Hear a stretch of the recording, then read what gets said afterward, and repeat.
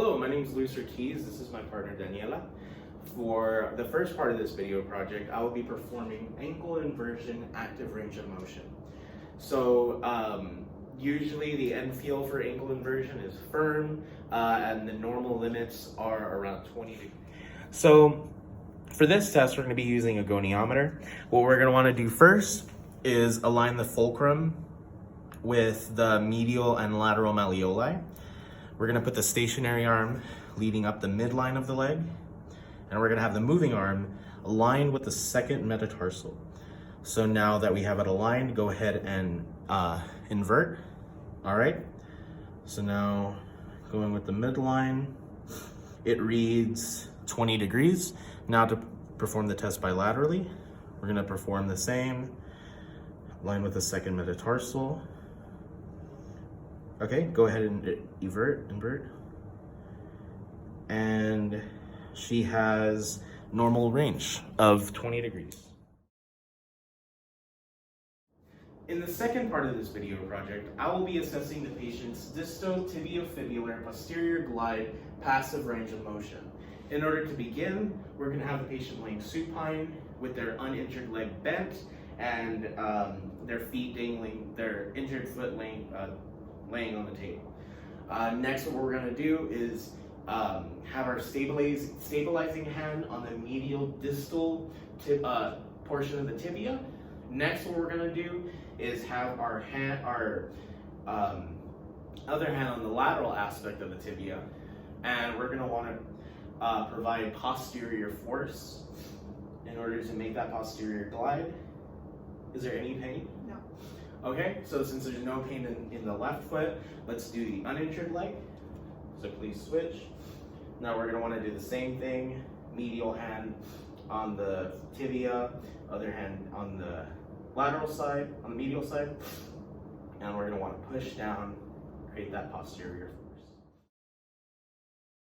In the third part of this video project, I will be performing a grade 3 manual muscle test for the patient's ankle plantar flexion. So this is gravity eliminated, which is why we have the patient laying on their side. We are going to be testing the gastrocnemius and the soleus, which is down here near the Achilles tendon. So in order to begin, obviously patient laying on their sideline. We're gonna have their top leg out of the way, and we're gonna be assessing this leg with their foot off the table. So we're gonna have them plantar flex first.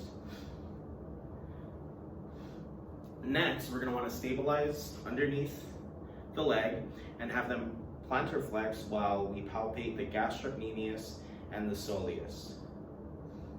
All right, now we perform the test bilaterally. Okay, so plantar flex while I palpate, and then go ahead and do it again. You're right here. Is there any pain whatsoever? No. All right, that's manual muscle testing. In the fourth part of this video project, I will be performing the Thompson test, also known as the calf squeeze test. So this test for any Achilles tendon rupture, it has a sensitivity of 93 to 99% and a specificity of 75 to 99%. So it's good at ruling in any Achilles tendon ruptures, which gives it a moderate clinical value. So in order to begin, we're going to have the patient laying prone and with their feet dangling off the table. Clinician will be standing right here. And what we're going to want to do is squeeze their calf. And if you can see right here, we have the patient's automatically plantar flexing due to the Achilles tendon. Now, if there was a positive sign, then the foot would not plantar flex. So we're going to test the other leg. If you can see, the leg is plantar flexing. So she is negative. In the fifth part of this video assignment, I will be performing the Talar Tilt Test on the patient here, both medial and lateral. So the tilt test tests for any ankle sprains, any damage to the ATF, CF, or the PTF. So the valgus test the medial test doesn't have a recorded specificity or sensitivity. However, the varus force or the medial force has a sensitivity of 29 to 88% and a specificity of 47 to 99%, which gives it a moderate clinical value.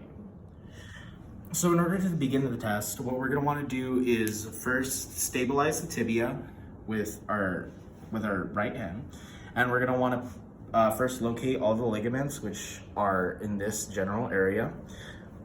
So if you can see right here, I'm going to invert her foot, and you can see that there's no spacing. Do you feel any pain? No. There's no pain, and while I am palpating the ligaments, there seems to be nothing wrong with them. Now to perform the test bilaterally, do the same thing. Invert. And then we're gonna evert for the second part. Do you feel any pain with the eversion? No. All right, so that's the Talar Tilt Test. In the sixth part of this video project, I will be palpating the patient's anterior tibialis tendon. So in order to begin, we're gonna have the patient sitting down, and the first thing we're gonna do is find the joint line, which is right here. So then we're gonna move our hand medially, our finger medially, and then we're gonna want it to resist dorsiflexion. So go ahead and resist. All right. So then from right here, we're gonna move our hand down the foot and go ahead and keep resisting, or go back down and then come back again. All right, and then I keep going. All right, and then I feel the tendon right here. So we're gonna wanna do that on the other side. Joint line, medial, and then dorsiflex, please. Keep going.